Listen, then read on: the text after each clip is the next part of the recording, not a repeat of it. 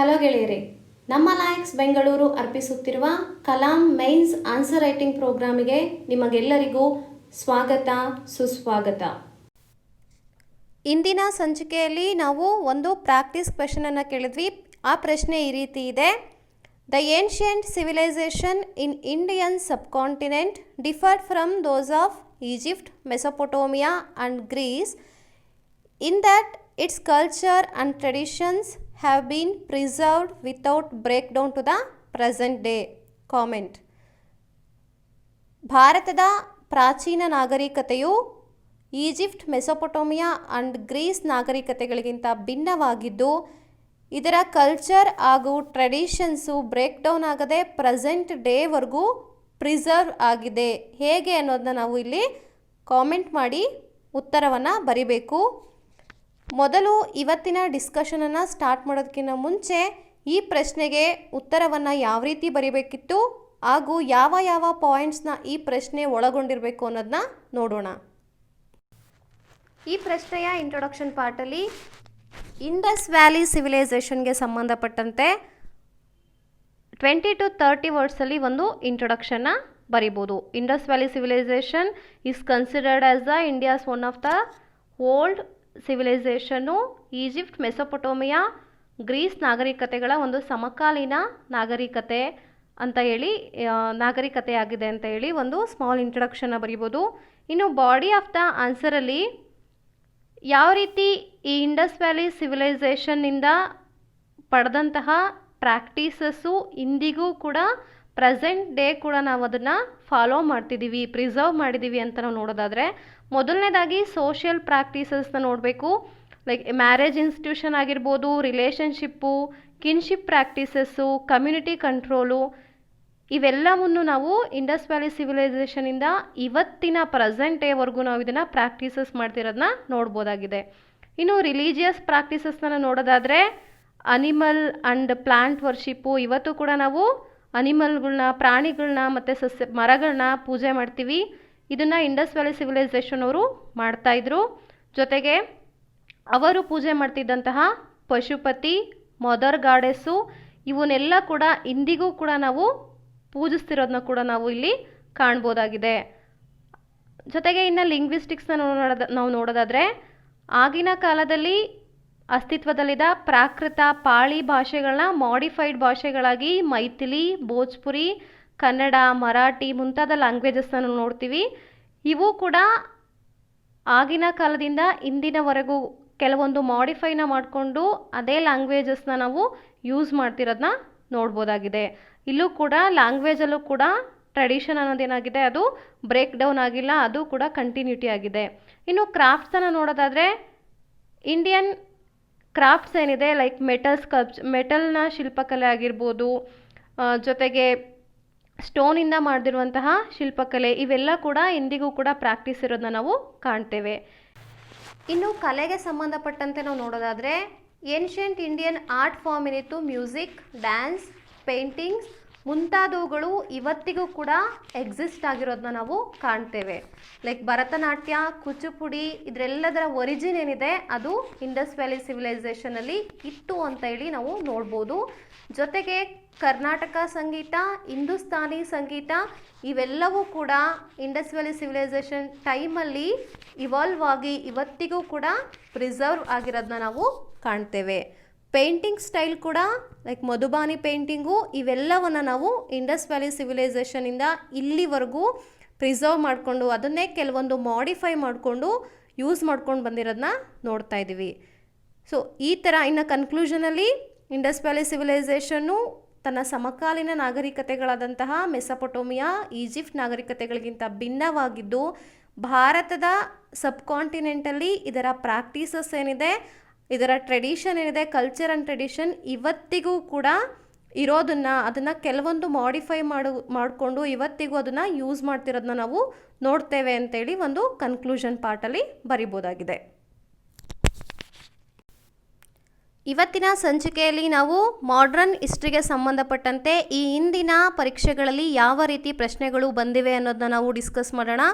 ಮೊದಲನೆಯ ಪ್ರಶ್ನೆ ಈ ರೀತಿ ಇದೆ: the 1857 uprising was the culmination of the recurrent big and small local rebellions that had occurred in the preceding 100 years of British rule. Elucidate. 1857ರ ದಂಗೆಯು ಇಂದಿನ 100 ವರ್ಷಗಳ British ಆಳ್ವಿಕೆಯಲ್ಲಿ ನಡೆದ ಹಲವು ದೊಡ್ಡ ಹಾಗೂ ಸಣ್ಣ ರಾಜ್ಯಗಳು ನಡೆಸಿದ ದಂಗೆಯ ಮರುಕಳಿಸುವಿಕೆ ಆಗಿದೆ. ಇದನ್ನು ಸ್ಪಷ್ಟಪಡಿಸಿ ಅಂತೇಳಿ ಅವರು ಕೇಳಿದ್ದಾರೆ. ಈ ಪ್ರಶ್ನೆಗೆ ಉತ್ತರದ ಇಂಟ್ರೊಡಕ್ಷನ್ ಪಾರ್ಟಲ್ಲಿ ನಾವು the Indian rebellion was not one movement, it was many ಅಂತೇಳಿ CA ಬ್ಯಾಲಿ ಅವರು ಒಂದು ಸ್ಟೇಟ್ಮೆಂಟನ್ನು ಕೊಟ್ಟಿದ್ದಾರೆ.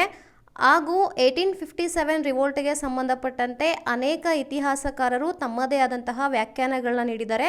ಅದನ್ನು ನಾವು ಕೋಟ್ ಮಾಡಿ ಇಂಟ್ರೊಡಕ್ಷನ್ನ ನೀಡ್ಬೋದಾಗಿದೆ. ಈ ಪ್ರಶ್ನೆಯ ಉತ್ತರದಲ್ಲಿ ಬ್ರಿಟಿಷರ 100 ವರ್ಷಗಳ ಆಳ್ವಿಕೆಯಲ್ಲಿ ನಡೆದಂತಹ ರೈತ ದಂಗೆಗಳು, ಬುಡಕಟ್ಟು ದಂಗೆಗಳು ಹಾಗೂ ಸಿಪಾಯಿ ದಂಗೆಗಳ ಬಗ್ಗೆ ಇನ್ಫಾರ್ಮೇಷನ್ನ ಬರಿಬೇಕಾಗುತ್ತೆ.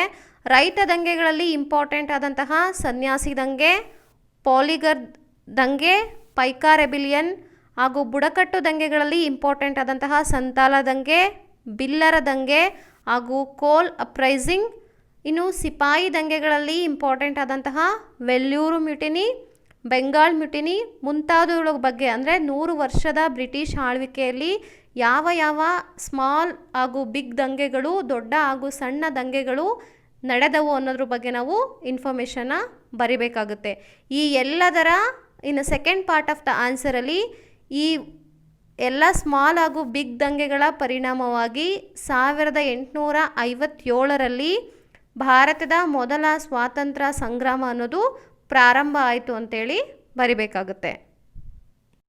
ಇನ್ನು ಕನ್ಕ್ಲೂಷನ್ ಪಾರ್ಟಲ್ಲಿ 1857ರ ದಂಗೆಯನ್ನು ನಾವು ಒಂದು ಭಾರತದ ಇತಿಹಾಸದಲ್ಲಿ ಒಂದು ಸ್ಟ್ಯಾಂಡ್ ಅಲೋನ್ ಈವೆಂಟ್ ಅಂತಲೇ ಕರಿಬೋದು.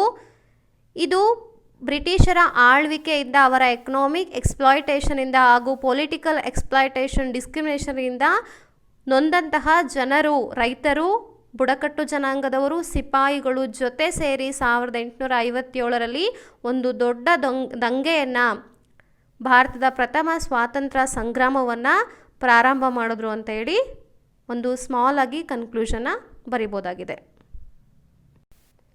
ಮಾಡ್ರನ್ ಹಿಸ್ಟ್ರಿಗೆ ಸಂಬಂಧಪಟ್ಟಂತೆ ಇವತ್ತಿನ 2ನೆಯ ಪ್ರಶ್ನೆಯನ್ನು ನಾವು ನೋಡೋದಾದರೆ ಪ್ರಶ್ನೆ ಈ ರೀತಿ ಇದೆ.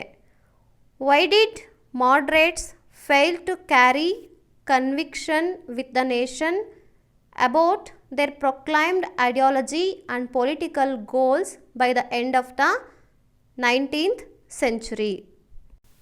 19ನೇ ಶತಮಾನದ ಕೊನೆಗೆ ಮಂದಗಾಮಿಗಳು ಯಾಕೆ ತಮ್ಮ ರಾಜಕೀಯ ಗುರಿ ಹಾಗೂ ತಮ್ಮದೇ ತತ್ವ ಸಿದ್ಧಾಂತಗಳನ್ನು ಮುಂದುವರೆಸುವುದು ಅಪರಾಧಿಕ ನಿರ್ಣಯ ಎಂದುಕೊಂಡರು ಅಂತೇಳಿ ಪ್ರಶ್ನೆ.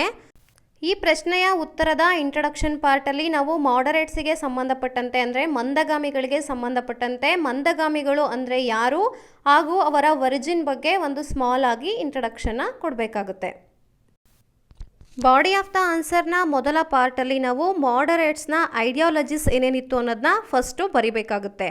ಅವ್ರ ಐಡಿಯಾಲಜೀಸು ಲೈಕ್ ಜುಡಿಷಿಯರಿಯನ್ನು ಎಕ್ಸಿಕ್ಯೂಟಿವಿಂದ ಸಪ್ರೇಟ್ ಮಾಡಬೇಕು, ಪವರ್ಸ್ ಆಫ್ ಲೆಜಿಸ್ಲೇಟಿವ್ ಕೌನ್ಸಿಲ್ಸ್ನ ಜಾಸ್ತಿ ಮಾಡಬೇಕು, ಆರ್ಮಿಗೆ ನಾವು ಏನು ಹಣವನ್ನು ಸ್ಪೆಂಡ್ ಮಾಡ್ತಿದ್ದೀವಿ ಅದನ್ನು ಕಡಿಮೆ ಮಾಡಬೇಕು, ICS ಎಕ್ಸಾಮ್ ಇಂಗ್ಲೆಂಡ್ ಹಾಗೂ ಇಂಡಿಯಾದಲ್ಲಿ ಏಕಕಾಲದಲ್ಲಿ ನಡಿಬೇಕು, ರೆವಿನ್ಯೂವನ್ನು ರೆಡ್ಯೂಸ್ ಮಾಡಬೇಕು, ಟ್ಯಾಕ್ಸನ್ನು ರೆಡ್ಯೂಸ್ ಮಾಡಬೇಕು, ಸಾಲ್ಟ್ ಟ್ಯಾಕ್ಸು ಹಾಗೂ ಶುಗರ್ ಡ್ಯೂಟಿ ಇದಕ್ಕೆ ಸಂಬಂಧಪಟ್ಟಂಥ ಟ್ಯಾಕ್ಸ್ಗಳನ್ನ ರೆಡ್ಯೂಸ್ ಮಾಡಬೇಕು. ಇಷ್ಟು ಅವರ ಐಡಿಯಾಲಜೀಸ್ ಆಗಿರುತ್ತೆ ಮಾಡರೇಟ್ಸ್ದು. ಈ ಐಡಿಯಾಲಜೀಸ್ನ ನಾವು ಫಸ್ಟ್ ಪಾರ್ಟಲ್ಲಿ ಬರಿಬೇಕಾಗುತ್ತೆ. ಸೆಕೆಂಡ್ ಪಾರ್ಟ್ ಆಫ್ ದ ಆನ್ಸರಲ್ಲಿ ಮಾಡರೇಟ್ಸು ಇಂಡಿಯನ್ಸ್ನ ತಮ್ಮ ಐಡಿಯಾಲಜೀಸ್ ಮೂಲಕ ಕನ್ವಿನ್ಸ್ ಮಾಡೋದ್ರಲ್ಲಿ ಯಾಕೆ ಸೋತ್ರು ಅಂತೇಳಿ ನಾವು ರೀಸನ್ಸ್ನ ಬರೀಬೇಕಾಗುತ್ತೆ. ಅವರ ಫೇಲಿಗೆ ಮುಖ್ಯ ರೀಸನ್ಸ್ನ ನಾವು ನೋಡೋದಾದರೆ, ಫಾರ್ ಎಕ್ಸಾಂಪಲ್, ಅವರು ಬ್ರಿಟಿಷ್ ಆಳ್ವಿಕೆಯ ನಿಜವಾದ ನೇಚರನ್ನು ಅರ್ಥ ಮಾಡ್ಕೊಳ್ಳೋದ್ರಲ್ಲಿ ಸೋತೋಗ್ತಾರೆ. ತುಂಬ ನ್ಯಾರೋ ಸೋಷಿಯಲ್ ಬೇಸನ್ನು ಹೊಂದಿರ್ತಾರೆ. ಜೊತೆಗೆ ಮಾಸ್ ಮೂವ್ಮೆಂಟ್ನ ಪ್ರಾಮುಖ್ಯತೆ ಏನಿರುತ್ತೆ ಅದನ್ನು ಅವರು ಮರ್ತೋಗ್ತಾರೆ. ಅದು ಅವರಿಗೆ ಗಣನೆಗೆ ತೆಗೆದುಕೊಳ್ಳಲ್ಲ. ಮಾಸ್ ಮೂಮೆಂಟ್ ಏನಿರುತ್ತೆ, ಮಾಸು ಸ್ಟ್ರಗಲಲ್ಲಿ ಪಾಲ್ಗೊಳ್ಳೋದು ಎಷ್ಟು ಮುಖ್ಯ ಅನ್ನೋದನ್ನ ಅವರು ಮರ್ತೋಗ್ತಾರೆ. ಜೊತೆಗೆ ಅವರು ಕೇವಲ ಪೊಲಿಟಿಕಲ್ ರಿಫಾರ್ಮ್ಸಿಂದ ನಾವು ಭಾರತೀಯರ ಈ ಎಕನಾಮಿಕ್ ಡಿಸ್ಕ್ರಿಮಿನೇಷನ್ ಏನಿರುತ್ತೆ ಬ್ರಿಟಿಷರಿಂದ ಅದನ್ನು ಕಡಿಮೆ ಮಾಡ್ಬೋದು ಅಂತ ಅಂದ್ಕೊಂಡಿರ್ತಾರೆ. ಅದು ಕೂಡ 19ನೇ ಶತಮಾನದ ಕೊನೆಯ ಹಂತದವರೆಗೆ ಸುಳ್ಳಾಗುತ್ತೆ. ಜೊತೆಗೆ ಇವರ ಮೇನ್ ಏನಿರುತ್ತೆ political agenda, pray, petition and protest ಇವು ಕೂಡ ಒಂದು ಫೇಲ್ ಆಗುತ್ತೆ. ಹಾಗಾಗಿ ಇವರು 19ನೇ ಶತಮಾನದ ಕೊನೆಯಷ್ಟರಲ್ಲಿ ತಮ್ಮ ಐಡಿಯಾಲಜಿಸ್ನ ಮುಂದುವರೆಸೋದು ಒಂದು ಅಪರಾಧಿಕ ನಿರ್ಣಯ ಅಂತೇಳಿ ಒಪ್ಕೊಳ್ತಾರೆ. ಇನ್ನು ಕನ್ಕ್ಲೂಷನ್ ಪಾರ್ಟಲ್ಲಿ ನಾವು ಇವರು ಇಷ್ಟೊಂದು ಮಾಡಿದರೂ ಕೂಡ ಅವರು ತಮ್ಮ ಇಂಡಿಯನ್ಸ್ನ ಕನ್ವಿನ್ಸ್ ಮಾಡೋದ್ರಲ್ಲಿ ಸೋತಿದ್ರೂ ಕೂಡ ಡೆಸ್ಪೈಟ್ ದೇರ್ ಫೇಲ್ಯೂರ್ಸು ಅವರ ಕಾಂಟ್ರಿಬ್ಯೂಷನ್ ಏನಿದೆ ಅದನ್ನು ಒಂದು 4ರಿಂದ 5 ಲೈನಲ್ಲಿ ಮಂದಗಾಮಿಗಳ ಕಾಂಟ್ರಿಬ್ಯೂಷನನ್ನು ಬರೆದು ಕನ್ಕ್ಲೂಡ್ ಮಾಡ್ಬೋದಾಗಿದೆ. ಇವತ್ತಿನ ಪ್ರಾಕ್ಟೀಸ್ ಪ್ರಶ್ನೆ ಈ ರೀತಿ ಇದೆ. Many voices had strengthened and enriched the nationalist movement during the Gandhian phase. Elaborate. Gandhi ಯುಗದಲ್ಲಿ ರಾಷ್ಟ್ರೀಯ ಚಳುವಳಿಯನ್ನು ಪುಷ್ಟೀಕರಿಸಿದ ಅಥವಾ ಗಟ್ಟಿಗೊಳಿಸಿದ ಹಲವು ಧ್ವನಿಗಳನ್ನು ಕುರಿತು ವಿವರಿಸಿ. ಈ ಪ್ರಶ್ನೆಗೆ ಉತ್ತರವನ್ನು ನೀವು ಕಾಮೆಂಟ್ ಸೆಕ್ಷನಲ್ಲಿ ಒಂದು ಇಮೇಲ್ ಐಡಿಯನ್ನು ನೀಡಿದ್ದೇವೆ. ದಯವಿಟ್ಟು ಎಲ್ಲರೂ ಕೂಡ ಈ ಪ್ರಶ್ನೆಗೆ ಉತ್ತರವನ್ನು ಬರೆದು ಆ ಇಮೇಲ್ ಐಡಿಗೆ ನಿಮ್ಮ ಉತ್ತರಗಳನ್ನು ಕಳಿಸ್ಬೇಕು ಅಂತೇಳಿ ಕೇಳ್ಕೊಳ್ತೀನಿ. ಧನ್ಯವಾದಗಳು.